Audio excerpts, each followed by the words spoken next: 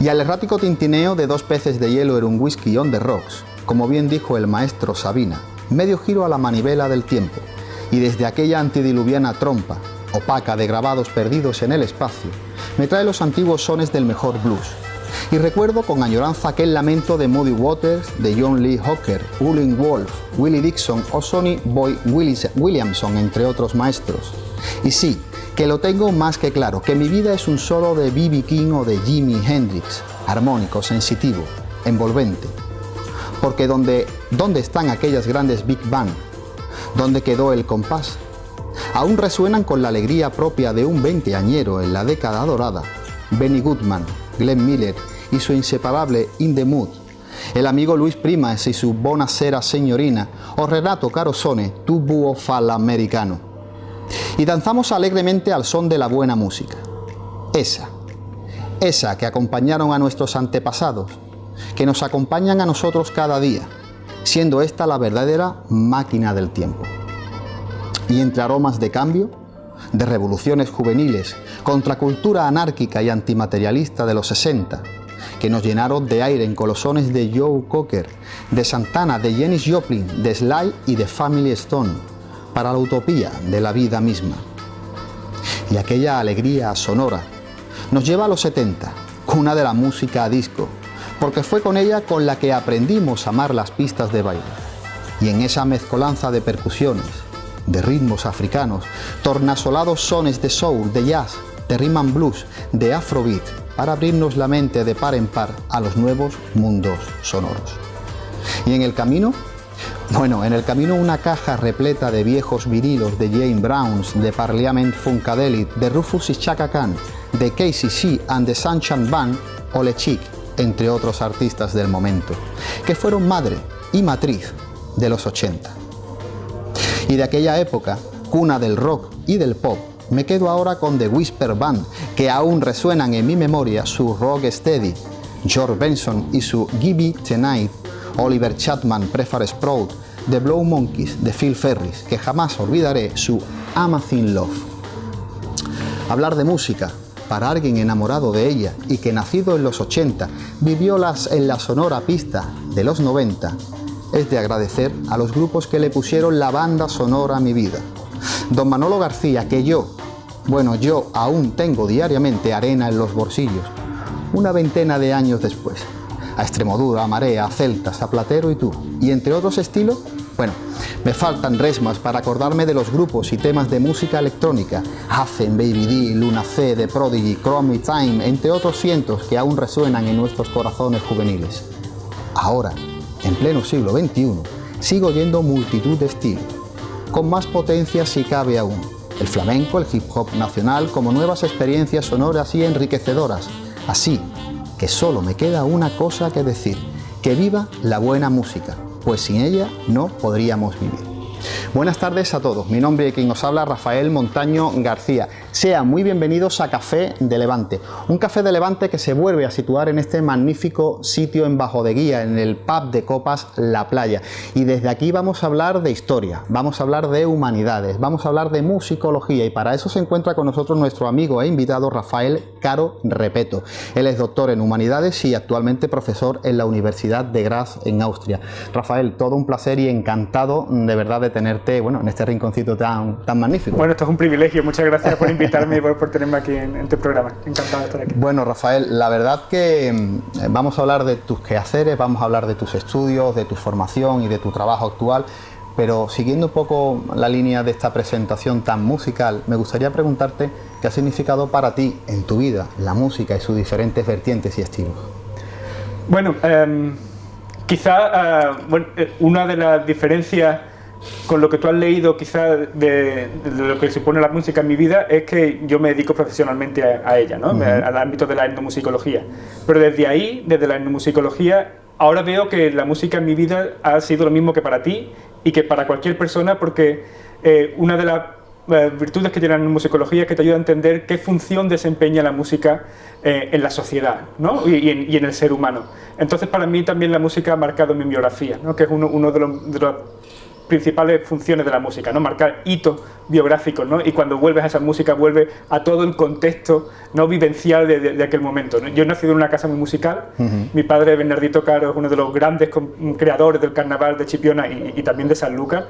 Y entonces yo he crecido escuchando carnaval, y para mí, mi infancia, ¿no? y mi juventud es carnaval, y esa música siempre está ahí. Cuando he estado viviendo fuera y he querido volver a mi familia, he querido volver a mi entorno, el carnaval me trasladaba ahí directamente, ¿no?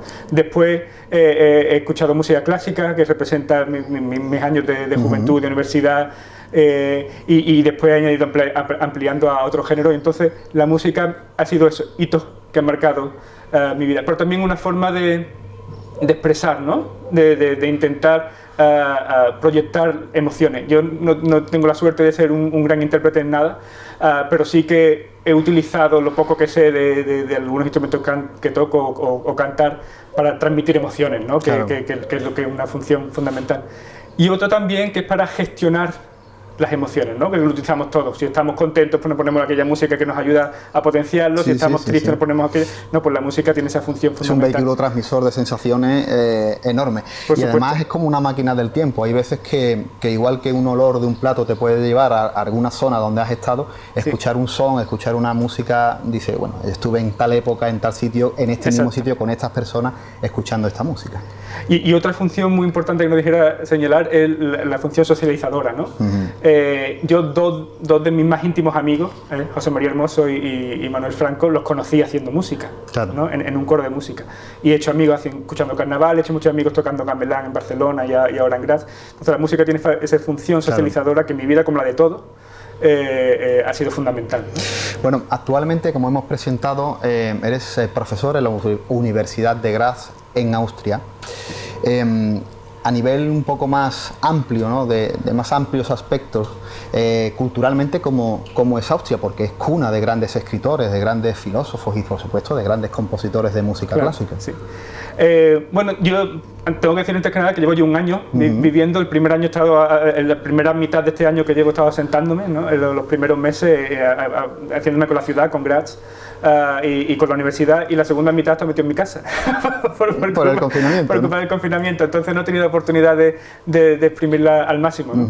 Pero Graz es una ciudad pequeñita, el casco histórico es patrimonio de la humanidad por su belleza arquitectónica, ¿no? Y es una ciudad que está en la provincia de Estiria, que se llama el corazón verde de Austria. Entonces lo primero que llama la atención al llegar es lo verde, ¿no? La vegetación, la naturaleza, ¿no? Sí, donde terminan los Alpes, y es una zona bellísima en cuanto a paisajes, ¿no? Desde el punto de vista cultural, lo que yo he vivido en este tiempo que he estado allí es que por la climatología, me imagino, en verano hay muchísimos festivales al aire libre, de música del mundo, de teatro, de danza. Tiene una casa de ópera que es muy interesante, y tiene varios museos también muy interesantes de arte contemporáneo y de arte histórico de Austria, y un palacio muy bonito también, que tiene la fortuna de que la familia que lo habitaba se arruinó y lo dejó al final del siglo XVII y se ha quedado tal como está. Y entonces una rareza. Una burbuja en el tiempo. Sí. Y después he visitado Viena varias veces, y claro, que yo, capital de un imperio, pues imagínate, los complejos arquitectónicos que hay allí, el museo de historia del arte. Yo entré cuando abrí, salí cuando cerré y vi 2 salas. Es una locura, y de arte contemporáneo, y no hay que hablar de la movida musical porque ya se sobreentiende, ¿no? Todo. Claro. Bueno, y comenzando tus estudios, porque comienzas en la Universidad de Granada, donde comienzas con 2 licenciaturas, filología clásica y en este caso musicología. ¿Cómo comprendes esas dos ramas de estudio tan dispares? Bueno, esto se debió a la estructura de los estudios en aquel momento, ¿no? Musicología, que en la universidad, por disputas con el conservatorio, en la universidad se llamaba Historia y Ciencias de la Música. Era una carrera de lo que entonces se llamaba de solo segundo ciclo, que para entendernos es como si fuera la mitad de arriba del vaso. Entonces, para poder llegar ahí tenías que llenar la primera mitad del vaso como otra carrera, y a mí las lenguas siempre me han interesado. Y en el instituto estudiamos latín y griego, a mí me fascinó, y entonces decidí que aquella primera mitad del vaso le va a llenar con estas 2 lenguas, con latín y griego clásico. Y ya cuando terminé la primera mitad y me uní a Historia y Ciencia de la Música, pues decidí terminar la otra carrera para no dejar la media. Y en realidad están muy vinculadas porque el estudio académico de la música en Europa empezó a hacerse en latín. Claro. Y las teorías griegas sobre los modos, por ejemplo, y las teorías que se desarrollaron en toda la escolástica medieval en latín ha tenido una influencia fundamental en el desarrollo de la musicología, ¿no? De hecho, para acceder al grado de Historia y Ciencia de la Música, uno de los complementos de formación que había que cursar era el latín, ¿no? Entonces no ha sido una discrepancia muy grande. Sí, que al principio parecía que iba a ser un poco más y al final ha unido esos dos ramajes, ¿no? Exacto, bueno, y se canta muchísimo en latín, ¿no? Toda la música sacra europea.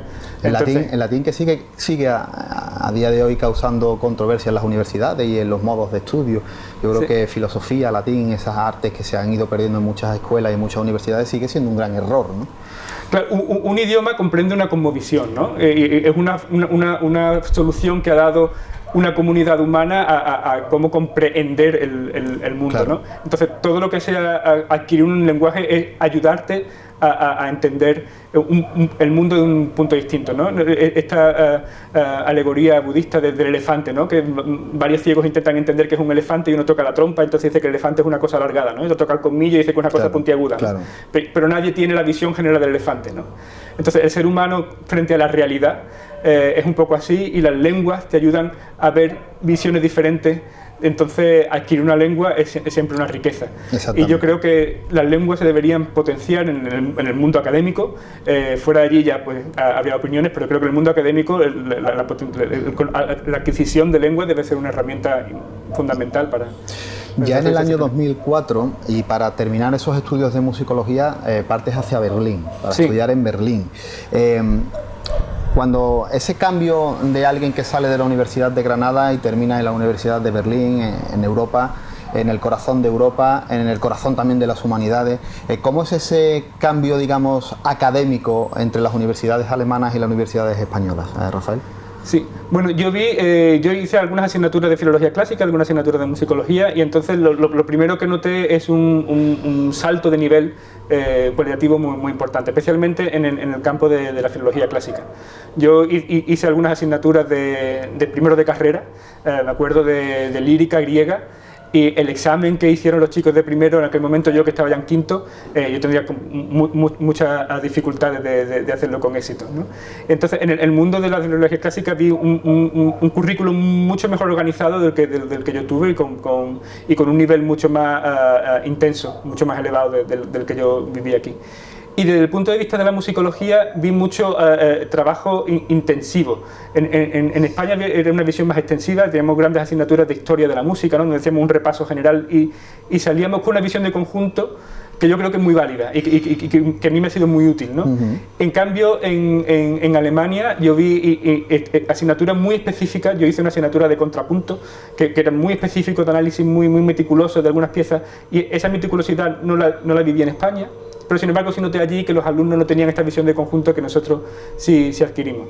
Ellos, por supuesto, tenían muchas más herramientas para el trabajo analítico, y nosotros más para el trabajo histórico que quizás aquí. ¿Y el problema del idioma en Alemania, Rafael?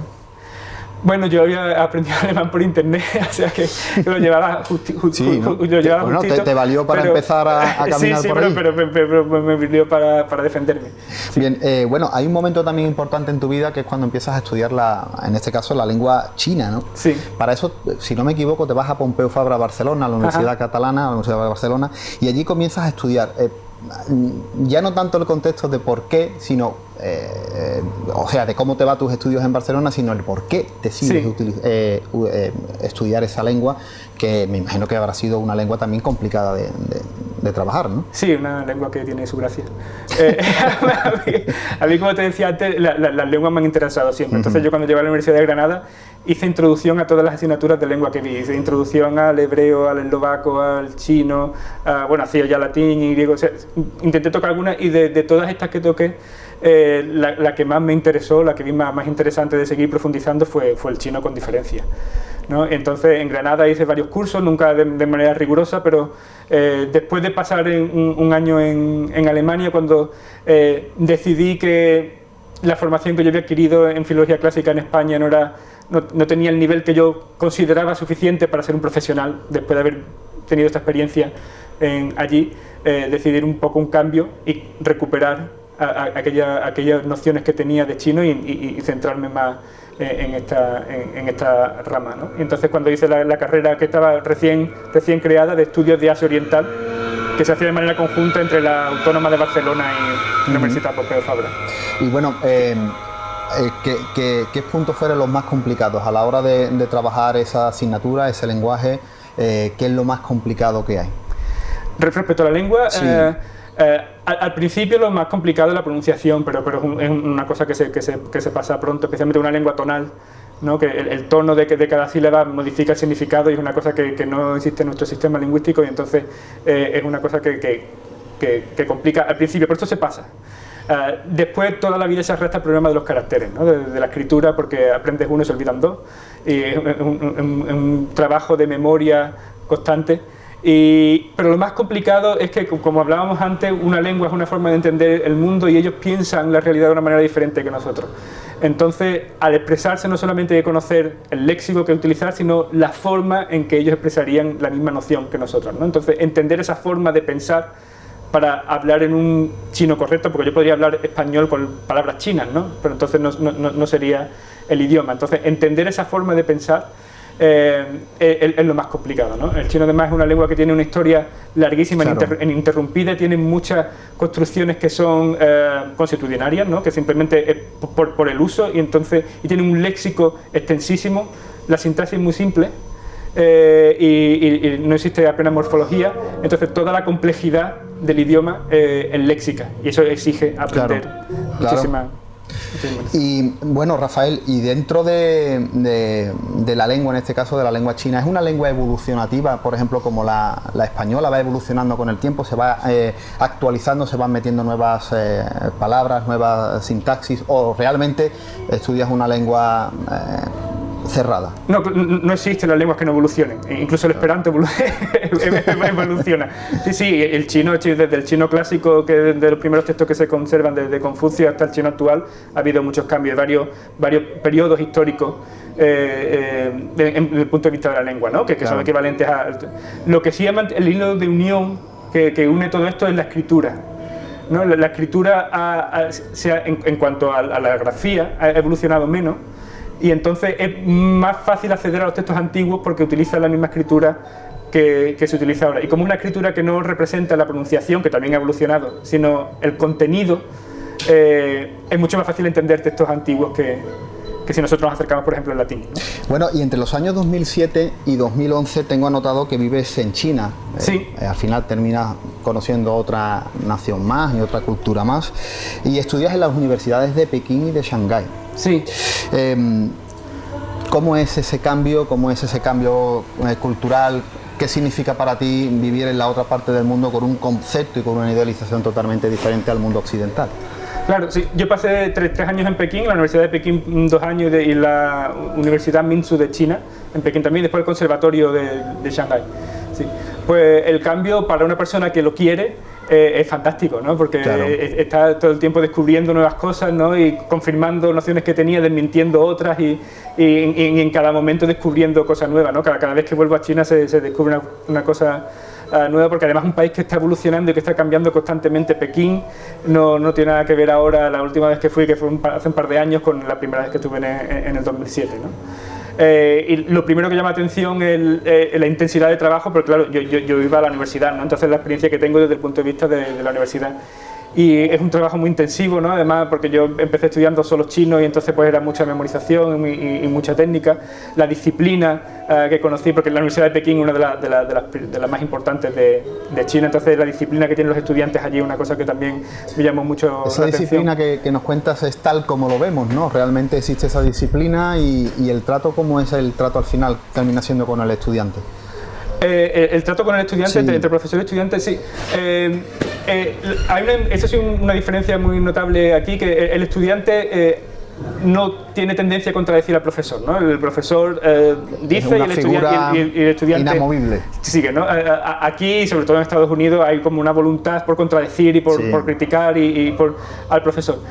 La contrapartida es que el profesor se involucra mucho más con sus estudiantes que otras experiencias que yo he tenido en otras partes del mundo, ¿no? Entonces hay un acercamiento mucho más intenso. Yo tuve una anécdota bastante entrañable, que cuando yo estuve en Pekín pasó el terremoto, un terremoto que hubo, ¿dónde? No recuerdo, la provincia de Sichuan, pero un terremoto enorme que murieron muchísimas personas.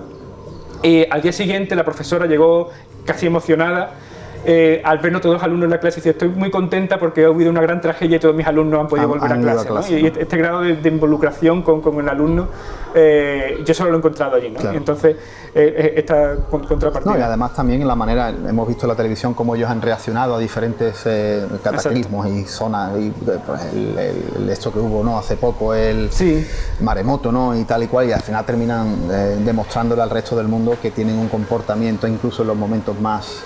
Sí, eso es muy solidario, sí. Tenemos una visión que está mediatizada por los conflictos políticos y sobre todo por las disputas económicas, ¿no? y la pulsión que tiene China como gobierno, ¿no?, como sociedad, de situarse como superpotencia internacional. Y bueno, algunas críticas son muy merecidas. Pero la sociedad en sí, yo he sentido la sociedad de Pekín muy andaluza. Sí, muy abierta, muy sentada en la puerta de la casa y enseguida te invitan, claro, y muy cercanas y una sociedad muy... Bueno, pues Rafael, nosotros vamos a pasar unos momentos a publicidad y nada, seguimos hablando de tus cosas. Estupendo. Amigos de Café de Levante, amigos de Costa Noroeste Televisión, volvemos tras unos anuncios publicitarios.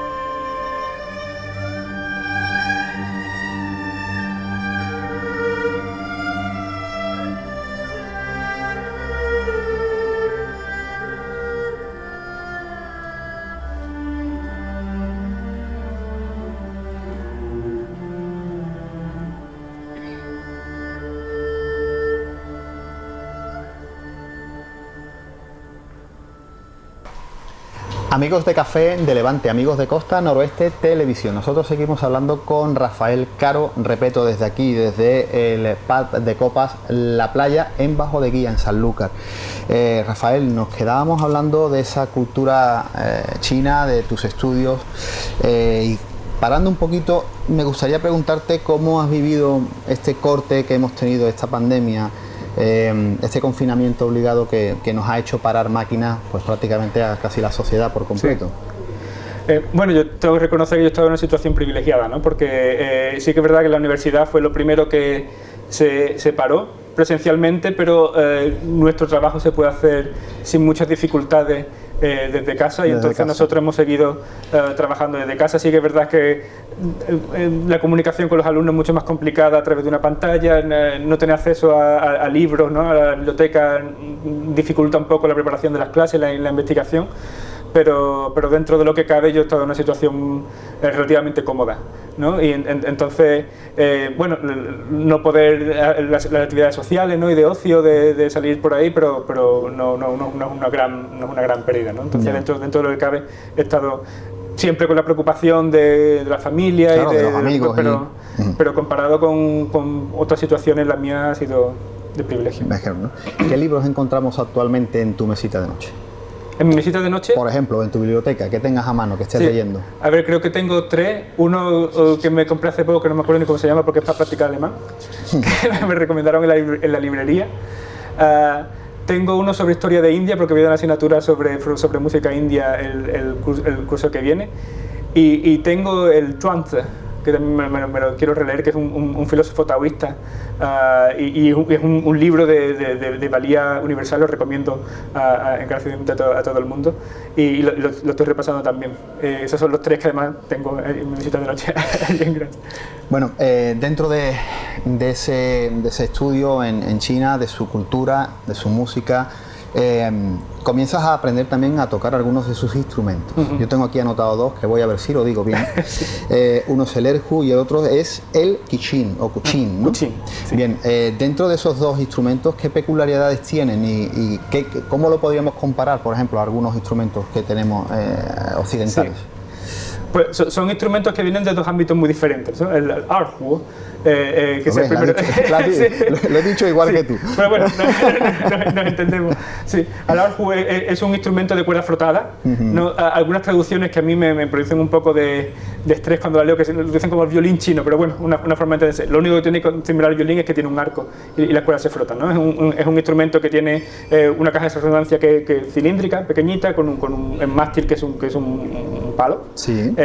La tapa de resonancia es de piel de serpiente y tiene 2 cuerdas que están muy separadas del mástil, y eso te permite hacer unos juegos de ornamentación muy ricos, ¿no? El arco va metido entre las 2 cuerdas, no se puede separar, y tiene un sonido que, comparado con las cuerdas nuestras, por un punto un poco más nasal, ¿no? Y es un instrumento que se tocaba en el ámbito folclórico, ¿sí? En la música popular, acompañando canciones, acompañando muchos géneros de teatro, y viene de este mundo, ¿no?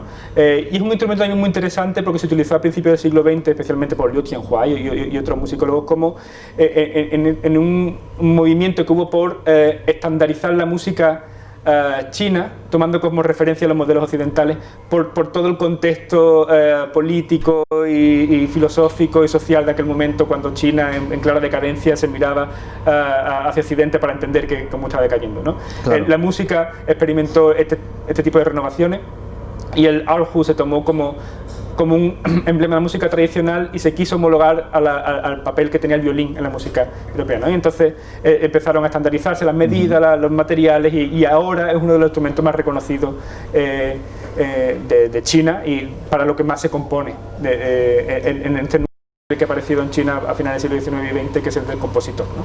La música en China sigue más o menos aséptica a las nuevas tendencias que podemos encontrar en Europa o en Latinoamérica, o está bien abierto a todos esos nuevos ritmos. Sí, siempre ha estado abierto. Y si me perdonas, te explico sobre el kuchin, sí. que es un instrumento, el otro de los dos que hablamos, que me interesa mucho, porque es el instrumento que tocaba la élite intelectual de China a lo largo de la historia.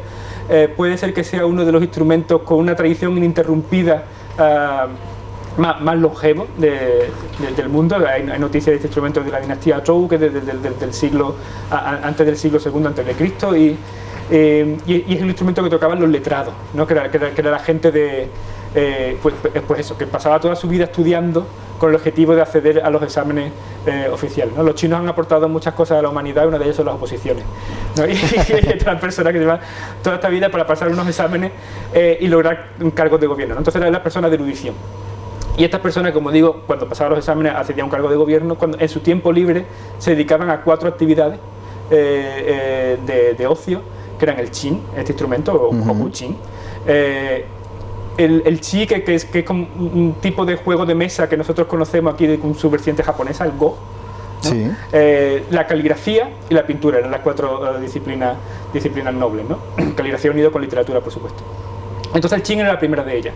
Y es un instrumento que tiene una enorme carga filosófica detrás por el tipo de persona que lo tocaba. Y una de las características más interesantes, o que a mí me resultan más interesantes, es un instrumento que no se toca para nadie, sino para ti. No es un instrumento que está destinado al desarrollo de tu personalidad, de tu moral y de tus virtudes, ¿no? Tocar este instrumento no tiene ningún tipo de interés virtuosístico o sonoro, sino un desarrollo de la personalidad, ¿no? Desde este punto de vista.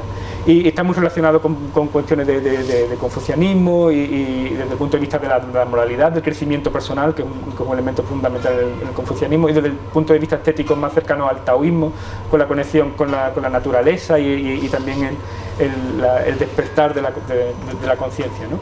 Y es un instrumento muy reducido a esta clase, que estuvo a punto de perderse esta tradición a principios del siglo XX, pero ahora se ha recuperado y es patrimonio inmaterial de la humanidad.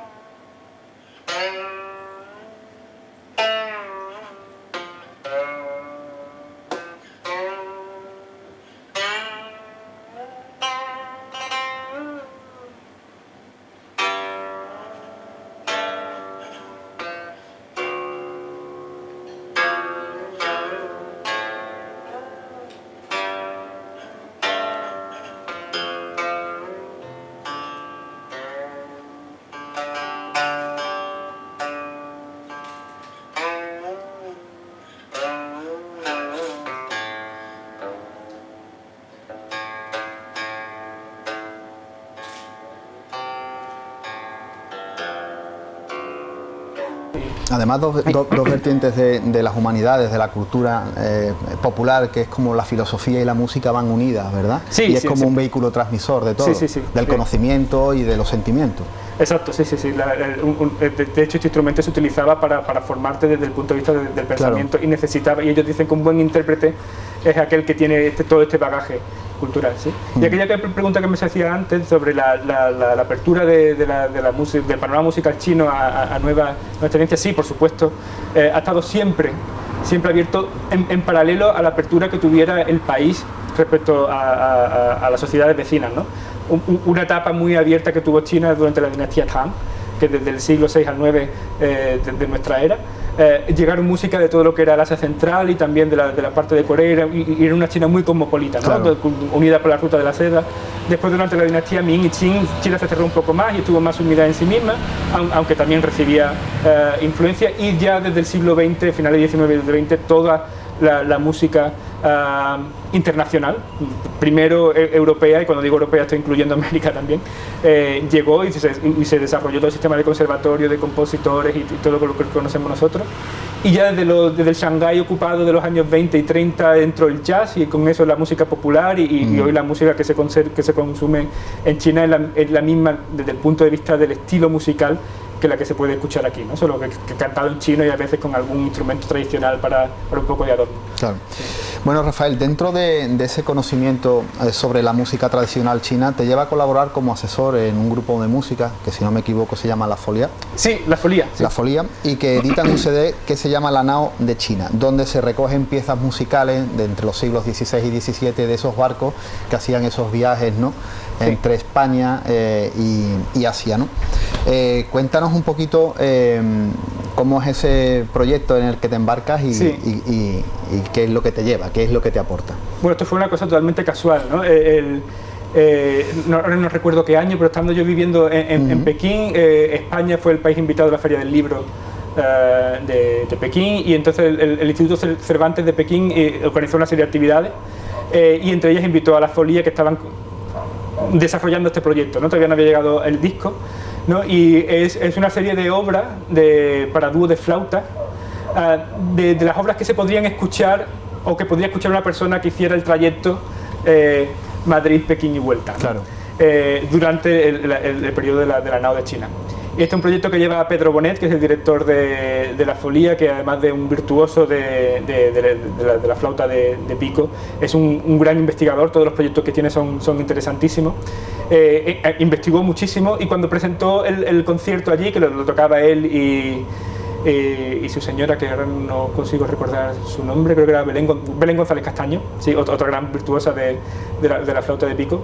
A mí me pareció un proyecto muy interesante, ¿no? Cuando terminó el concierto, seguido me fui a hablar con él, y cuando él conoció que yo me dedicaba a esta música, empezamos a hablar y nos llevamos hablando muchísimo, y empezó a consultarme cuál era la relación que yo creía que tuvo la música occidental al llegar a China en estos años, ¿no? Durante las primeras misiones, sobre todo de jesuitas, pero también franciscanos y dominicos, que fueron los primeros que llevaron el conocimiento de Europa a China, y incluido la música. De hecho, el primer occidental que fue admitido a la ciudad prohibida fue Matteo Ricci, que fue llamado a dar cuerda a relojes y afinar un clave que habían regalado al emperador. Entonces la música siempre tuvo una función diplomática también muy importante. Nada, yo les di mi opinión de por qué la música occidental en aquel momento no había cuajado, no había tenido una aceptación social en China por muchos factores, porque ya China tenía su propia tradición en aquel momento, era un momento de mucha seguridad de la sociedad china frente a exteriores, porque estamos en una China floreciente, muy convencida de sus tradiciones. La música china tradicional es muy basada en la melodía y en el matiz del sonido. La música que llegó de Europa en aquel momento era contrapuntística, con varias melodías sonando al mismo tiempo, que hay anécdotas del emperador saliendo tapándose las orejas de algún concierto de música barroca de aquel momento. Y después la música siempre es un elemento de estatus social, ¿no? Por una serie de disputas con el Papa y el Emperador, por la cuestión de los ritos, y una disputa que hubo allí, que terminó con la expulsión de los misioneros católicos de China. La música estaba asociada a ese grupo social, y por lo tanto también.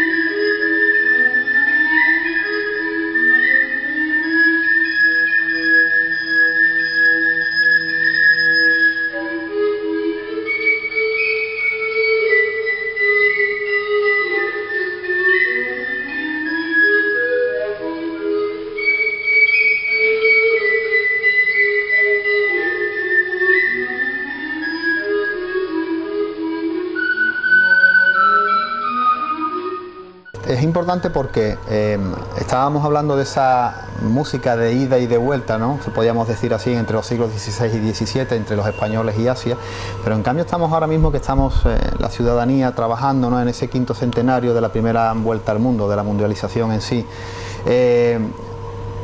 ¿Podríamos hablar de esa música de la circunnavegación? ¿Habría alguna manera de relacionar o de estudiar qué tipo de música se podía estar tocando, se podía estar orquestando en la España del siglo XVI, en esa corriente, digamos, comercial con otros puntos del mundo? Sí, yo tengo que reconocer antes que nada que el tema de la circunnavegación sé que está teniendo una importancia aquí en Sanlúcar merecida y en Sevilla, y que yo debo reconocer con vergüenza que no estoy siguiendo con el interés que debería, ¿no? Y entonces, además, es un tema que se escapa un poco de mi campo de investigación, pero por supuesto creo que la música, como hablábamos desde el principio, no es un reflejo de la sociedad y por supuesto se puede estudiar en cualquier fenómeno. Y sí, sería muy interesante ver qué música llevaban los marinos en las naves, ¿no? que navegaban, porque seguramente llevarían alguna música. Pedro Bonet decía que los dúos de flauta eran muy populares en aquel momento porque la flauta es muy fácil de transportar, claro, y porque existe un montón de publicaciones para dúos de flauta en aquel momento. Quizás en alguna de estas naves hubo alguien que llevaba una guitarra, que cantaba alguna cosa. Sería un proyecto muy interesante. Claro. Sobre todo como iba tanta gente de tantas zonas geográficas de España, quizás la mezcolanza de músicas y de tradición sería importante, ¿verdad? Sería también muy interesante, pero quizás más difícil ver qué músicas oyeron allí donde iban pasando, ¿no? Porque de muchas culturas no dudo que haya registros del siglo XVI. Claro.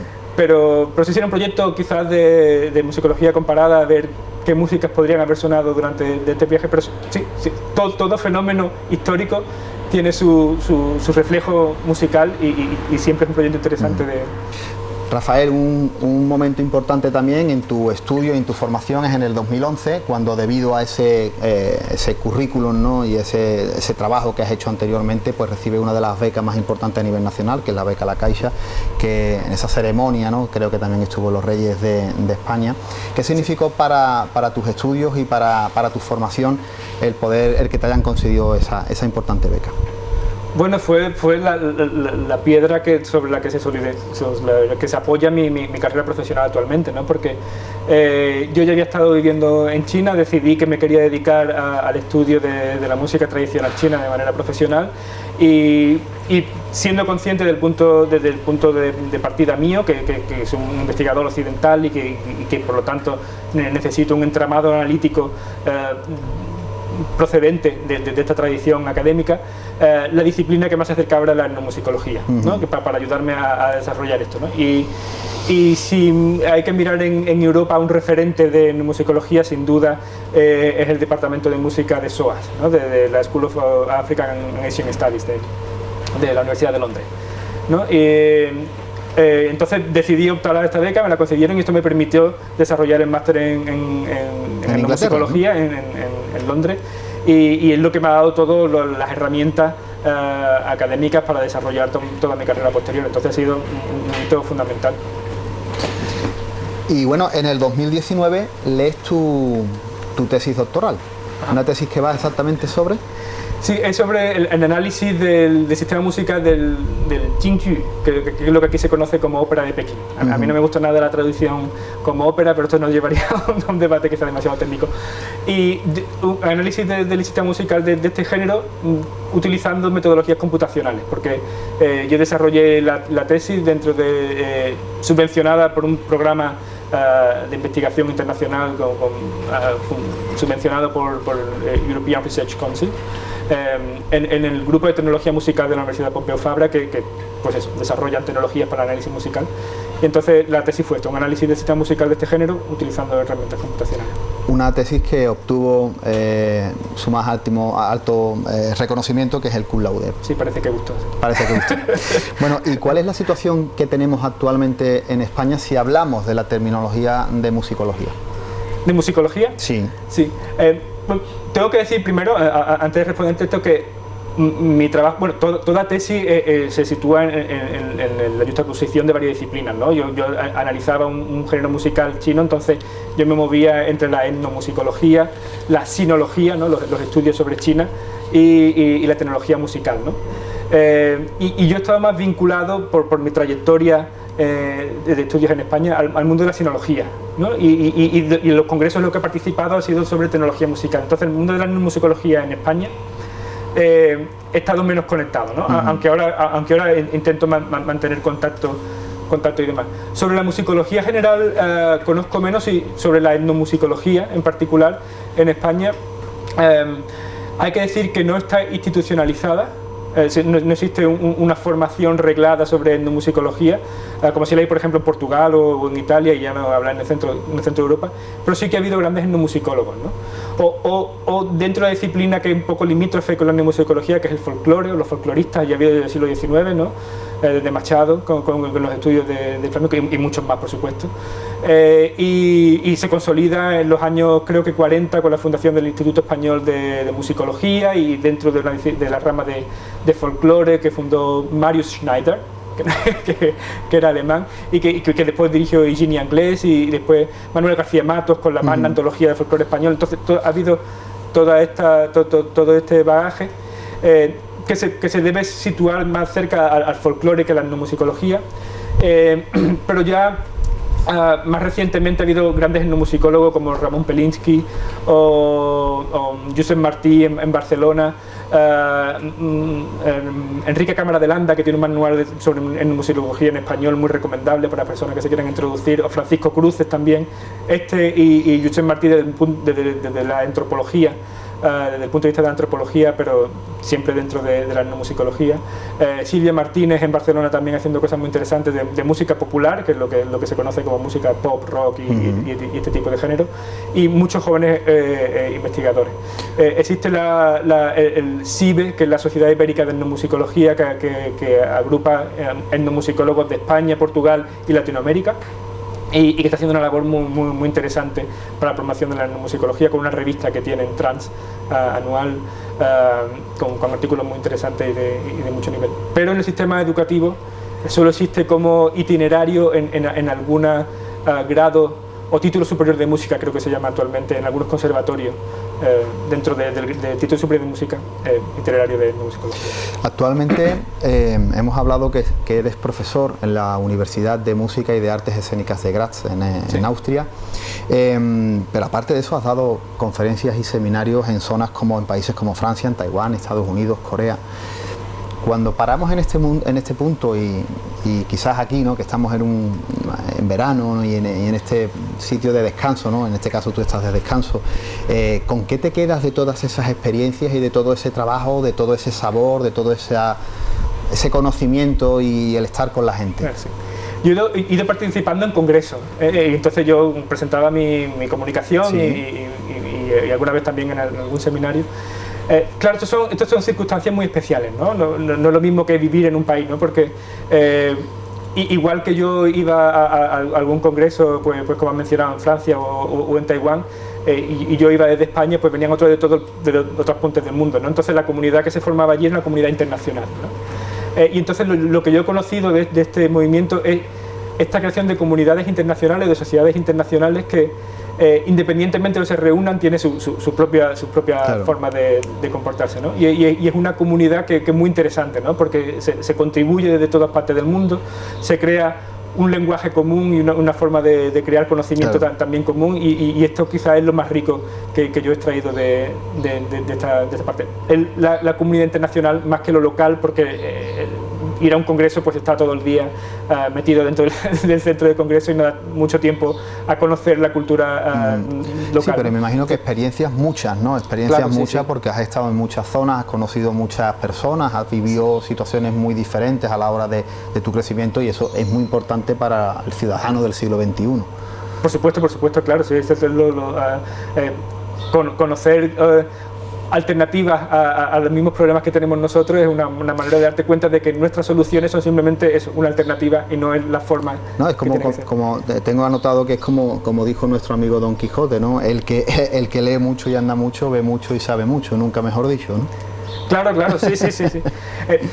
Yo nunca me atrevería a contradecir a Cervantes, ni mucho menos, pero quizás yo matizaría que aprende mucho quien quiere aprender, ¿no? Porque hay que ir con esta disposición. Claro.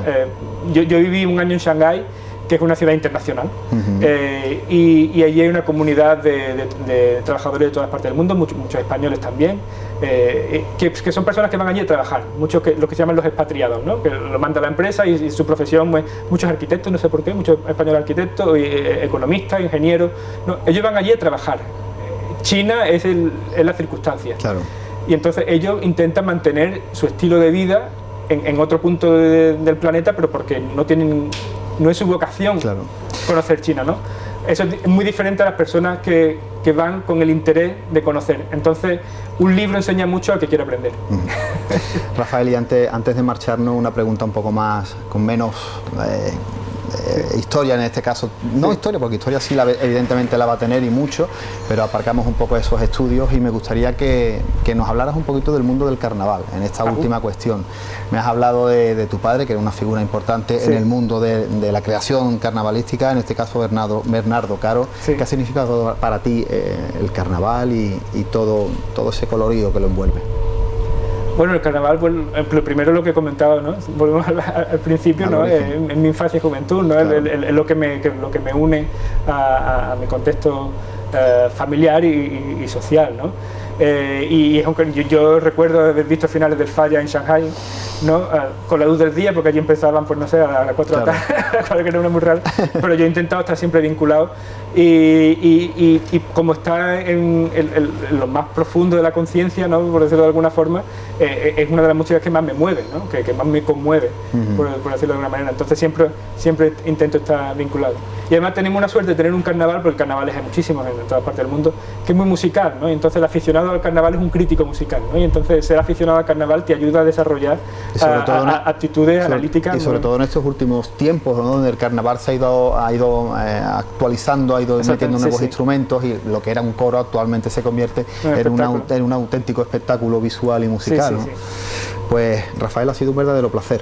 El placer ha sido mío. Ha sido un verdadero placer. Era una entrevista que como amigo en común, como dice Chema, teníamos pendiente de hace mucho tiempo, y la verdad que ha sido todo un honor tenerte aquí en Sanlúcar. El honor ha sido mío. Muchas gracias. Gracias, Rafael. Amigos de Café de Levante, nosotros volvemos para la semana que viene con nuevos temas y nuevos invitados sobre nuestra mesa. Nosotros le dejamos ahora con el rincón literario de manos de don Eduardo Domínguez Lobato. Que sean muy felices y tengan muy buenas tardes.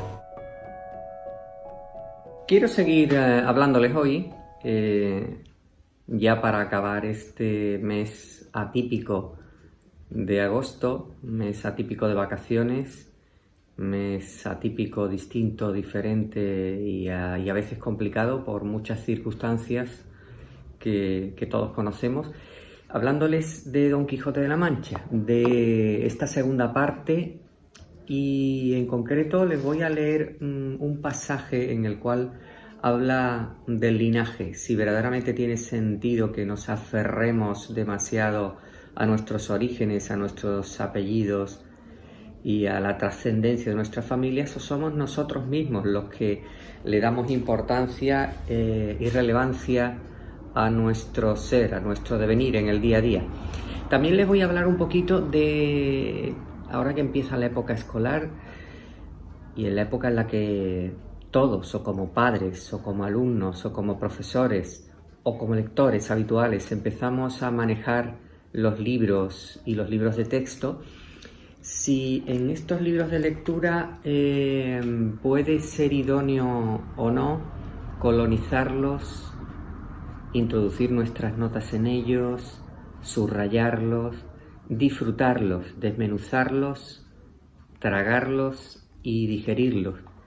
Yo creo que sí, por eso soy partidario de hacer los libros nuestros, poniéndole también nuestras palabras, nuestros subrayados, nuestras notas, nuestras emociones en ese medio taladro que hace el lápiz o el bolígrafo cuando rasga el papel de cada libro.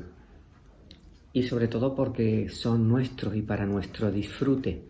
No creo que tenga sentido coleccionar este bien mueble simplemente como adorno, sino como un patrimonio material, pero que tiene que llegar a ser patrimonio inmaterial, es decir, que lo disfrute nuestro espíritu lo más posible. Bueno, dicho esto, permítanme que les lea este párrafo que a mí me parece exquisito en esta segunda parte, donde dice: «Válame Dios», dijo la sobrina, «que sepa vuestra merced tanto, señor tío mío, que si fuere menester en una necesidad podría cubrir un púlpito e irse a predicar por esas calles, y que con todo esto dé en una ceguera tan grande y en una sandez tan conocida que dé a entender que es valiente siendo viejo, que tiene fuerzas estando enfermo y que endereza tuertos estando por la edad agobiado, y sobre todo que es caballero no siéndolo, porque aunque lo puedan ser los hidalgos, no lo son los pobres». «Tienes mucha razón, sobrina, en lo que dices», respondió Don Quijote, «y cosas te pudiera yo decir cerca de los linajes que te admiran, pero que no merezco lo divino con lo humano. No más digo. Mirad, amigas, a 4 suertes de linajes, y estadme atentas, se pueden reducir todos los que hay en el mundo, que son estos: unos que tuvieron principios humildes y se fueron extendiendo y dilatando hasta llegar a suma grandeza; otros que tuvieron principios grandes y los fueron conservando y los conservan y mantienen en el ser que comenzaron; otros que, aunque tuvieron principios grandes, acabaron en punta, como pirámide, habiendo disminuido y aniquilado su principio hasta parar en nada. Otros hay, y estos son los más, que ni tuvieron principio bueno, ni razonable, ni medio, y así tendrán el fin sin nombre, como el linaje de la gente plebeya y ordinaria. De los primeros que tuvieron principio humilde y subieron a la grandeza que ahora conserva, se sirva el ejemplo de la casa otomana.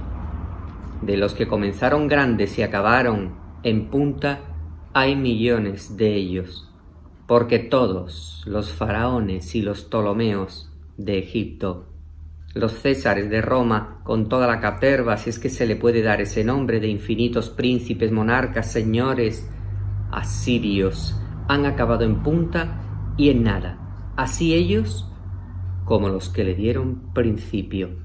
No será posible hallar ahora ninguno de sus descendientes, y si le hallásemos, sería en bajo y humilde estado. Una aproximación a de dónde venimos y si progresamos o no, y que probablemente siempre depende de nuestra aptitud y de nuestra actitud.